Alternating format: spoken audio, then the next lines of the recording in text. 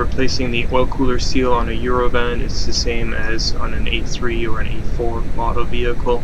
Here I am checking the seal for correct positioning. It's held in by tabs. You can look up one of my other videos, just look under oil cooler seal replacing, and it'll show you how to remove the oil cooler pipe from the cooler. In this case, I just needed to do an oil change, but what happened was that the oil cooler pipe came out with the oil filter. You'll see it later. So at that point I might as well replace the oil cooler seal, because I don't know how old it is, and just simply putting everything back together with a collapsed or dry brittle seal, it just wouldn't make sense. So I ended up pulling the seal out, and sure enough it was somewhat squished and old, so I put in a new one. Here I am just double checking again the position, and as well as just lubricating it a little bit for a better seal. There's the oil filter, and you can see the pipe attached to the filter. Whoever tightened it last did a little bit of a over tightening, and basically what happened was that the filter itself tightened up against the nut, and that's basically just like double nutting it. It caused such a tight fit so that when I took the oil filter out, the pipe came out with it. So now it's just a matter of removing the pipe from the filter, cleaning it. I'm going to wire wheel it as well, and then we're going to stick the pipe back in through the oil cooler by means of double nutting. Here I am double nutting. You can use the same size nuts, it just makes it a little bit more difficult spreading them apart. So what I have here is I ground one nut smaller than the other, and then now I can use one socket to tighten the assembly and another socket to remove the assembly. So first thing you want to do is just screw the pipe back into place as far as it'll go.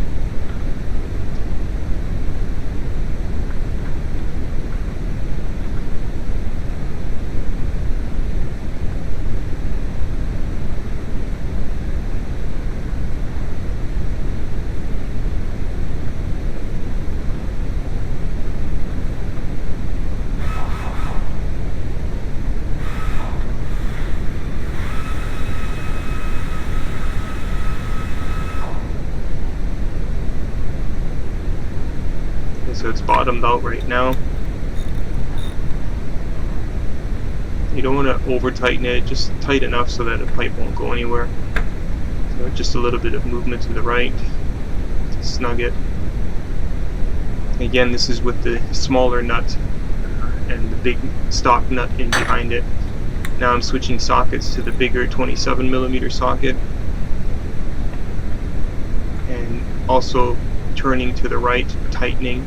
And what that does is it breaks the big nut loose from the little one. Now I'm going to remove the little nut and then tighten the stock nut back up into place.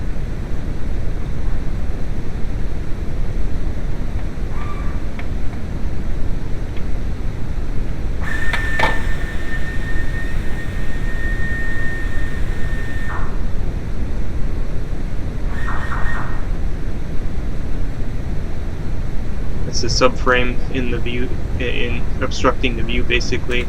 Again, as I've always said before, my glasses don't always point to where my eyes are looking, so there's not much I can do about that sometimes if stuff is not visible. Okay, now tightening the 27. You don't want to over tighten it either, because next thing you know you're breaking the oil cooler. Just as long as it's nice and tight. Just double checking everything here, making sure that the oil cooler is sitting correctly.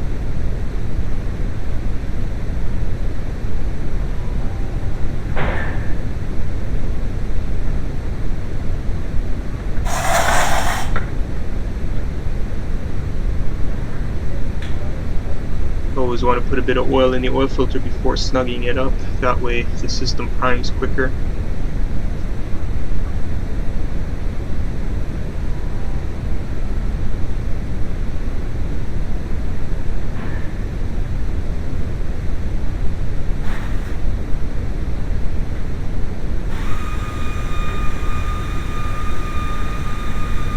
Lubricate the O-ring.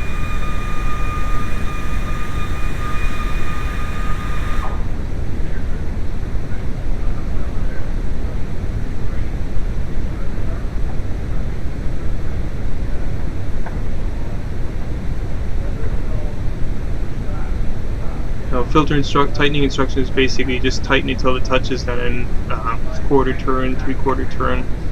Um, I've had them leak before afterwards, so I do like to go a little bit tighter, but there's no need to really reef on them.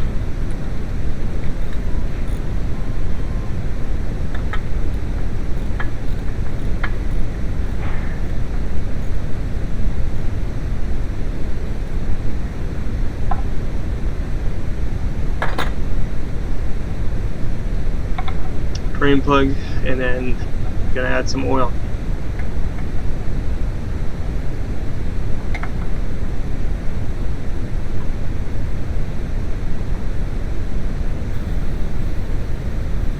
Oh yeah, I forgot, we're gonna shampoo it first.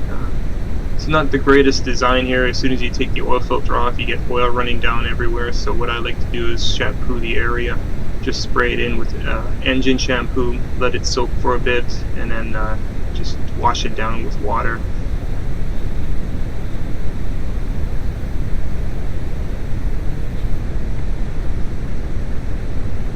Just a squirt bottle is fine.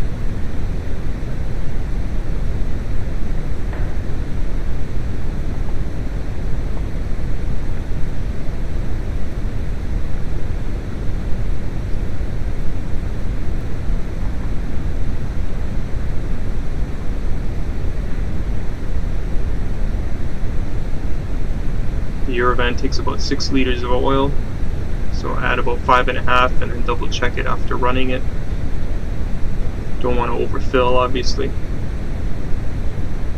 Leave the dipstick loose or out, that way air pressure can push down on the oil, and it basically helps build oil pressure. Make sure the oil light goes out, obviously.